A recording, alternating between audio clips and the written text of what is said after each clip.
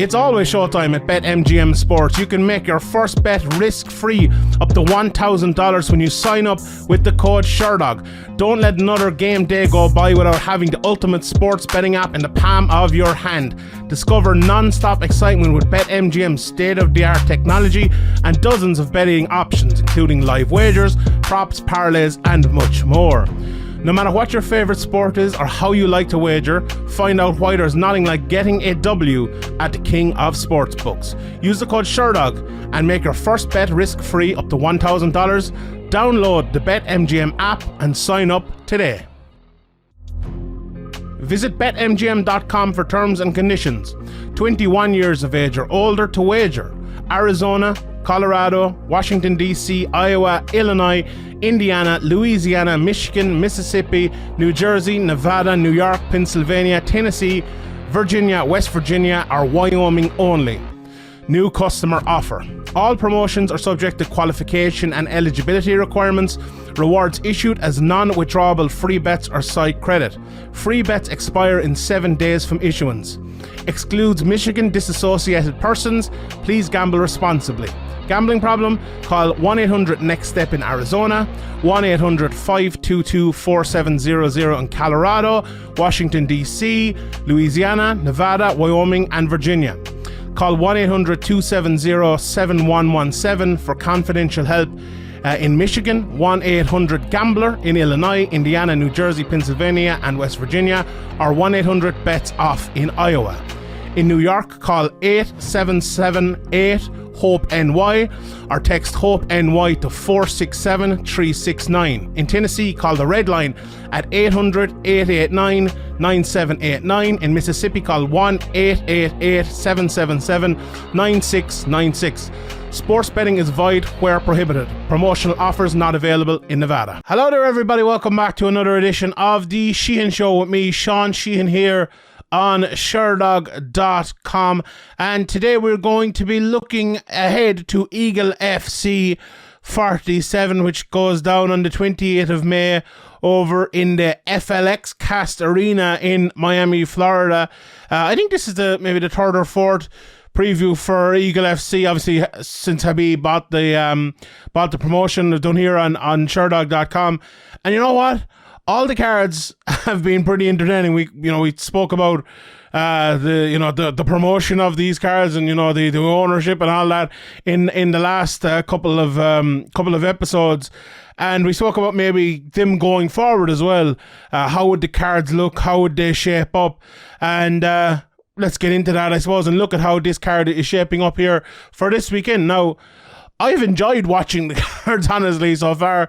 The Kevin Lee Diego Sanchez fight was absolutely fantastic, and they've put on, absolutely fantastic. It was a good fight. It was a better fight, I suppose, than people were expecting, and they've put on some good stuff, had some good what would the word be, matchups, I suppose, and have had some good kind of guys emerging from the promotion, guys as well that kind of maybe you think wouldn't be in a big promotion anymore, maybe got a win and might be on their way back or things like that. I kind of enjoyed the wacky madness of it at times, where you have Kamaru Usman coming in doing a bit of commentary, you've Henry Cejudo standing on the box, and you've Chael Sonnen around, and then you have other people as well.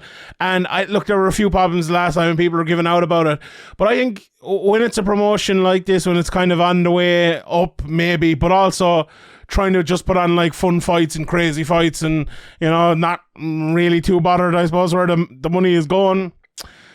That's kind of what MMA was built on, if we're being honest. There's been lots of that down through the years, and it's actually rare we see that, I suppose, these days, unless you're talking about maybe some of the big Asian cards that are on in the middle of the night, or early morning, probably here, I should say, but me and the early mornings don't go together, so middle of the night is probably better for me. I can watch them over in Miami, and this card coming up this weekend, to be honest, when I saw it first, and I looked at some of the names on it, I was like, maybe not.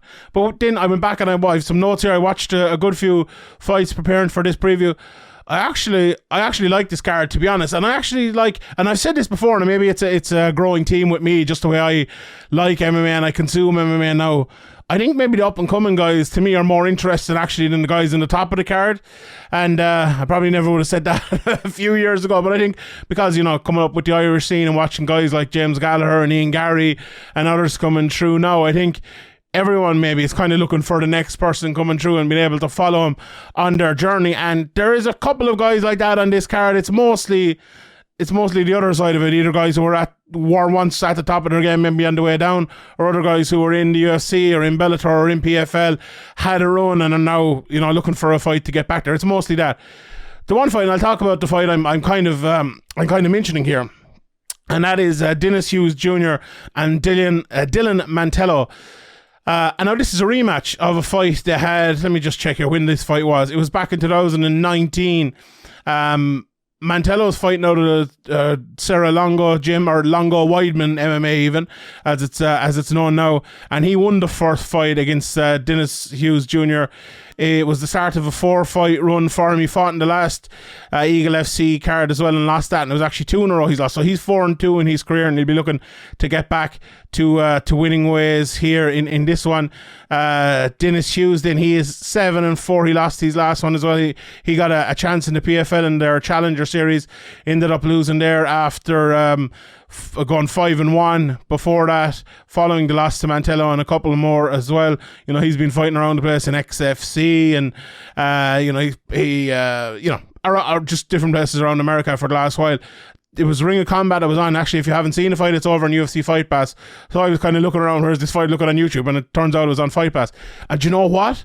I understand why they're putting this fight back together, because these two lads put on an absolute barn burner of a fight. And it's funny, you look at their records, maybe 4-2, 7-4, maybe they're not very good up and comers or whatever, but I actually think they are. I like both of them. They're very different styles. Mantello, he takes the center of the cage, he's orthodox. He throws jabs, lovely technical right hands down through the middle. He has a takedown in him as well. And you look at Hughes, then he's a southpaw, the opposite. He's wild, not like Mantello at all.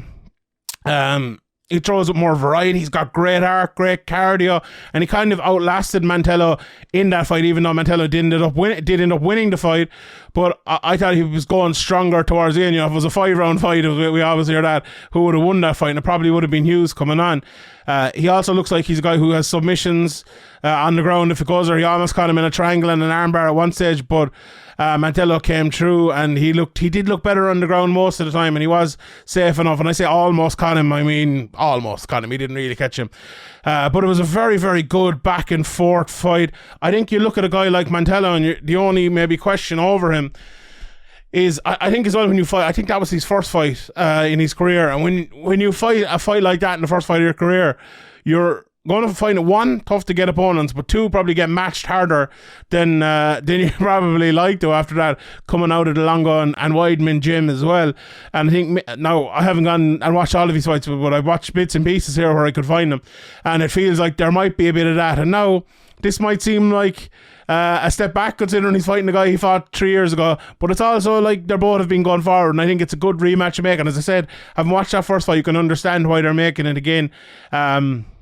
And I'm looking forward to it. If it's anything like that first fight, the first fight was all Mantello starting out with, as I mentioned, a clean jab, the right hand's down through the middle, and Hughes is one of these guys as well, where he's wild, but he has good head movement. Actually doesn't get hit as much as you might expect, but anyone who throws straight jabs and rights down through the middle are going to land, more than often than not in this wild sport that we have. But Hughes is moving his head well, and he's not just a wild man. I think that'd be unfair if anyone goes and watch him. You'll probably agree with that. He has skills as well, and I'm looking forward to putting their two skill sets against each other, because styles make fights, and honestly I think they have a good skill set together. So like this as well, before we move on to the next fight, it's not the biggest card in the world. There's only 7 or 8 fights in the card or something like that. Let me look, 7 fights here as we speak. I'm a bit out from the card now, so maybe 1 or 2 will fall out, or 1 or 2 will come onto the card. You never know, but it's not the longest card in the world, and I think people will tune in early, watch the card, and if they catch this, it'll probably be a good one to start with. So I'm looking forward to seeing that one. The next fight on the card here on Sherdog. Now, these will probably be moved around and everything, but Islam Mamedov is fighting Yosdinas Candejo. I kept calling him whatever I just said there. Sideno.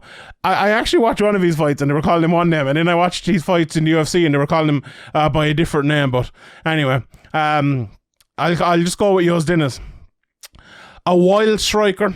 Throws lots of shots. Throws those kind of like clubbing leg kicks. Do you know where it looks like he's going to kick to the thigh, and then he comes down like over that and clicks down on your thigh or your calf, at the top of the calf maybe, which will end in him probably hurting someone badly one of these days with those kicks. They're really, really vicious. He comes from a karate background, and you can tell, you know, he's at open stance, throws big kicks and big right hands and left hands down through the middle, switches stances around the place a little bit, but he's open for takedowns. You know, I watched his fight against Cody Fister in the UFC, and he got taken down multiple times on the ground. Look, he throws up legs and he tries to sweep, and I don't know, I don't think he's that effective there. And the guy he's fighting is Islam Mamedov, and you can probably tell by the name there that he's a pretty good wrestler. Although I remember the last time I did a preview for him, he was fighting Benson Henderson back in January, this January, and I remember, if I'm not mistaken, saying on that one, he might sound like a wrestler and he might be a wrestler, but he's also a striker, and he can strike well, and I think he's a very, very good striker. He's tall, he hits hard, he's a nice jab down through the middle, and he's not one of these guys that needs to go searching for a takedown. Now, he can, and you know, he got on top of Benson Henderson, took him down a couple of times. That was a very close decision. You know, a lot of people call that a bad decision. I remember I went back and looked at my notes here, and I was like, well, is it the best decision in the world? It's one of those ones. But it'll be interesting to see how Mamedov fights here, because he usually does come out there. His opponents maybe respect his wrestling a little bit too much, strike with him, and then realize, oh wait, this guy is an unbelievable striker as well. And then before they know it, they're laying on their back and he's on top of him after they've knocked him, or he has knocked him down. So that's grand for most people. But when you're fighting a guy like Yosdinas, who is a really good striker, karate stylist, controls big hard kicks, if he catches you with one of them, he can knock you out very, very quickly. I think the best method to victory here is probably to get the fight to the ground. Like, if you look at the record of Yosdinas, all finishes come by KO, 7 of them, never won by submission. So, and he's lost twice by submission. So it's one of those, if he takes him to the ground early, I think Mamedov will win this fight. On the feet, I think it will be relatively even. But Sedeno has a way better chance of winning this fight on the feet than he does if it's on the ground. So if, as I said again, Mamedov takes him down early and often, it could be a long night for all the Yosdinas in this one. We'll move on to a middleweight fight, Maki Pitolo versus Douglas Usher. We've seen Maki Pitolo obviously in the UFC. He's had a few fights there, fought a lot during the pandemic era, I suppose. While Douglas Usher hasn't fought in a big show yet. He's fought a lot kind of Valor FC and LFC and a couple of different places. Not maybe many known names on his ledger as of yet. But you know, I suppose this is the time to do it. He's 13-3, 10 wins by knockout, 2 by submission. So he's a finisher, and only 1 by decision. Only 1 of his losses has gone to a decision as well. But he's been around. You know, he's been around for a good while. Made his debut back in 2012. Didn't maybe fight that often in the early parts of his career, but he, you know, he's an interesting fighter and an interesting guy to watch. He's a southpaw. He throws to the body, and now when I say he throws to the body, I probably should have started with Pitolo when I'm talking about body shots, because he's a very, very good body puncher as well. But Usher, I think, is a very good all-round fighter. I don't think he's the most athletic or quick guy in the world. I'm just looking here, he's 39, and to be honest, that makes sense, having just watched his fights there a few minutes ago. He looks like a lad who's a little bit older, I suppose, in the sport, and he's happy to fight in the middle. He's happy to have someone come on to him and he tries to counter them. And I wrote down as well for Pitolo, right? And this is a thing, it's weird, maybe it's a thing I should start calling more people, but I very rarely do, an action fighter. And I'll get to that with Pitolo in a second, but I actually think Usher is kind of an action fighter as well, so this could be a very good action fight if you want to put it that way. But let's talk about Pitolo. As I said, action fighter. He really, really is. It's just all action, movement up and down. And for a guy you know, I heard him saying on the broadcast of one of the UFC fights, he was thinking about going down to 170, you know, having fought a lot at middleweight. He fought Darren Stewart and Impa Kasanganai and Julian Marquez, you know, a good few more as well. He's fought Dakota Cochran even outside of the UFC, and I'm sure I'm not sure, but he's fought in Bellator as well, but he's probably fought down in weight classes as well. But for a guy who fights, you know, I said the word action fighter, high volume, he's very muscular and very big width-wise, I suppose, maybe not height-wise for the division. He's a guy who you could see taking off a little bit of muscle and getting back down, but he is a guy who has muscle on, and he fights in that sort of manner. You know, he fights as a powerful guy who throws lots of shots. The problem with that, and we see it, Jack Hermanson is another guy who I always talk about, who is an action fighter who throws lots of shots. Once you get to a certain point, I even think like from 170 up, maybe even 155, it's very hard to be that sort of action fighter because you're carrying so much weight and it's hard not to gas. Now, we've seen it with Ken Velasquez and others, but, you know, he's a freak of nature, I suppose, and I don't think Maki Pitolo certainly is that. But as I said, action fight goes to the body an awful lot. He works his way into the fight. And this is one thing, actually, and I think it's very smart, which Pitolo does. Some fighters, if they want to fight in a high volume manner, they kind of take rest maybe during the fight or push someone against the cage for a minute, get their breath back. It goes to the end of the round. They have another minute, and then they can go on fighting again. I actually think Pitolo actually starts a little bit slower and then kind of goes on and gets faster as he goes into the fight, which I actually don't necessarily think is a bad thing. But having said that, when you're fighting someone like Douglas Usher who comes at you and will throw big shots, if you start slow, he could catch you and make it very, very difficult. But I think he does conserve himself, and maybe cardio isn't as much of an issue because he does that. But look, this fight, I think it's a banger in the making. Two very, very good action fighters. I'll say it again, I've used the word about 20 times. And yeah, it's definitely one I'm looking forward to. Out of the first three, that one and the Dennis Hughes Jr. and Dylan Mantello fights, really like them. I fancy Mamedov to win well in the other one. Roosevelt Roberts then against Alexandre Almeida. Roberts, you know, as I always say, the 47th president of the United States of America. That's probably close to what they have now. So I go with like the 17th president of the United States of America. He's a wrestler, you know, and it's weird. I've watched him so many times fight, but he's one of these guys that when you fought in the UFC, he's kind of on the undercard. You're like, am I really watching this? Kind of half watching. Is this fight going to go anywhere? And it turns out, you know, he kind of left the UFC, and did we really need to watch all those fights? And that's been very harsh. That's from a personal point of view, or if you're looking at it from a fan's point of view, it's like, well, what do we achieve by watching all these fights kind of job? And I feel like that's something we'll see an awful lot in the UFC, and that's no knock on Roosevelt Roberts, that's probably a knock on the UFC, but anyway, he's a wrestler with a good counter right, and yeah, that's what I see in Roosevelt Roberts. When I look at Alexandre Almeida, very good Brazilian Jiu-Jitsu, and he has good counter takedowns. So I think Roberts is better on the feet. I don't think Almeida is very good on the feet at all. And if Roberts can keep it on the feet, he'll probably win. But Roberts, in a lot of his fights, he doesn't necessarily keep the fight on the feet. As I said, he's a wrestler. He loves ducking down under for takedown, as does Alexandre Almeida. But in this one, you'd have to think you want to stay away from the Brazilian Jiu-Jitsu of Almeida. Almeida's 21 wins, 14 have been by submission. He knows what he's going for. Everyone knows what he's going to go for. He hasn't won by submission in a while. He had an armbar back in 2017. You know, he beat Lance Palmer as well, and Saul Almeida, and he beat Canelo, did he? And he beat a few more. But yeah, I don't know if his best days are still with him. He's 33 years of age now. He looks an old 33, if I'm being honest.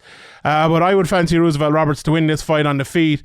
I'd love to see it go to the ground though, because Roberts is good on the ground, Almeida is good on the ground, different sorts of styles there, but I just feel like Roberts will be too good of a wrestler to get taken down by Almeida, and I think he'll win on the feet. Simple as that.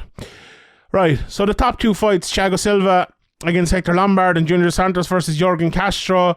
Hector Lombard, you know, he's been around, he's 44 years of age now, God almighty. He's been around since God was a boy. He hasn't fought in MMA since 2018.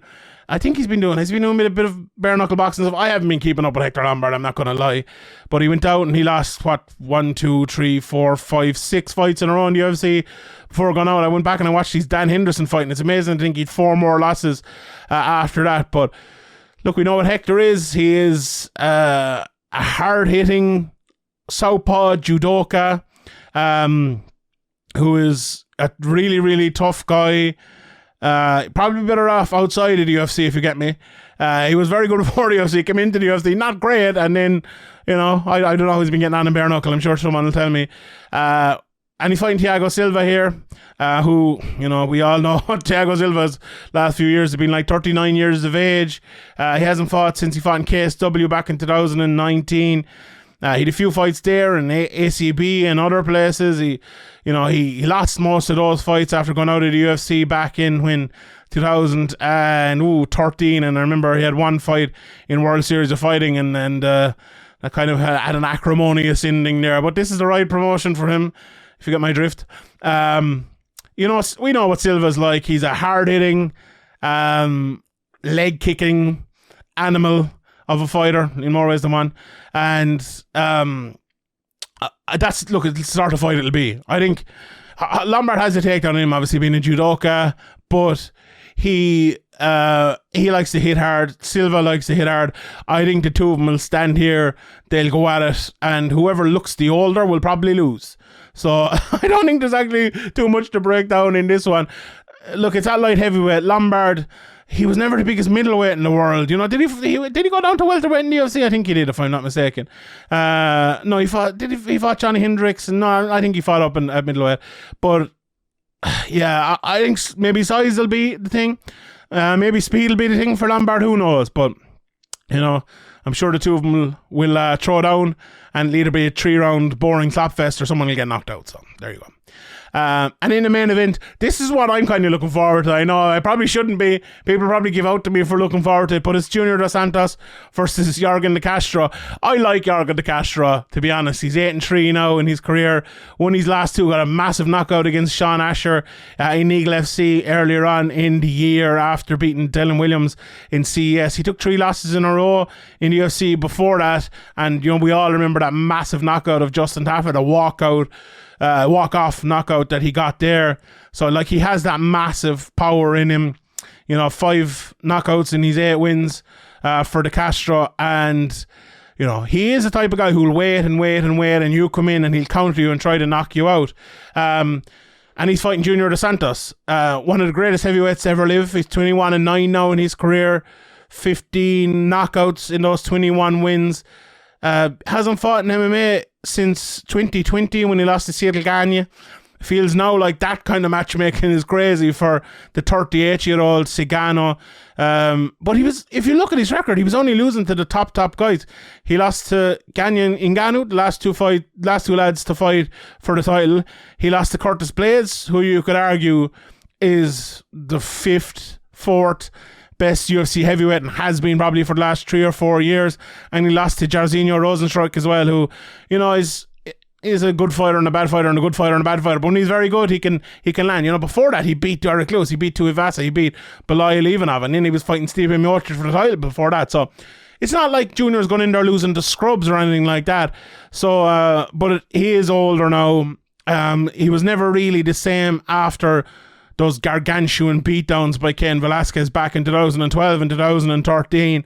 How could you be, I suppose? But he did beat Stipe after that, and he did beat Bryn Rottwell, and he beat Derek Lewis and Tuivasa and a few others. So it's an interesting fight. Look, if this was Junior Dos Santos in, what year did he fight Ken Velasquez first? 2011. If it was Junior 2011, 2009, 2008, this wouldn't be a question.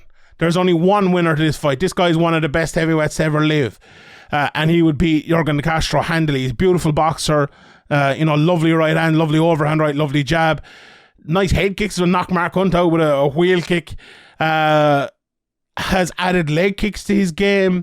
Has added a bit of wrestling to his game as well in his later years. And, I think if you look at a guy like Arlovsky, if you look at a guy like Overeem, I think it's unwise maybe to rule out heavyweights of making comebacks in their career.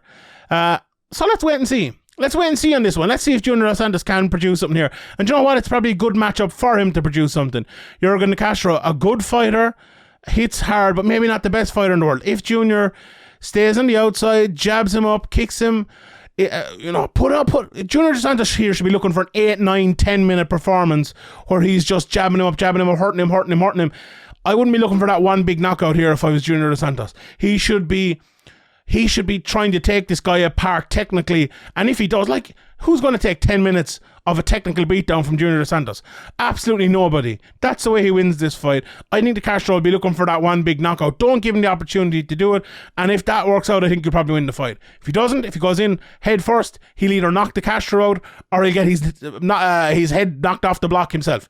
One of those two things will happen. Do you know what? I'm looking forward to it. Why not? I'm up for this card. It shouldn't be bad. I actually don't think it will be too bad. So I will leave it there. It's I'm sure if there's betting up for this, I'll have some bets on this card on the betting show and obviously the UFC and stuff. So keep an eye on that. But yeah, we will leave it there. Let me know which fight you're looking forward to this weekend. Let me know if you'll be watching. I think it was the last time over on the FLX app, which was actually. It worked really well because those apps usually don't work that well, but I cast it to my TV and it worked brilliantly. And also, if you are going to be watching it, that's I think where you can watch it if I'm not mistaken. So tune into that. Thank you for tuning into this. If you want, tell people about this. Say, oh, look, there's a great card coming up this weekend. Sean previewed it here. Tag me at Sean Sheehan BA. Click the subscribe button. You can get this on Spotify now as well, audio only if you're watching. If you're listening, you can get it on YouTube too. So it's absolutely brilliant. Get it everywhere, lads. Thanks very much for listening. My name is Sean Sheehan for Sherdog.com, and I will see you all next time.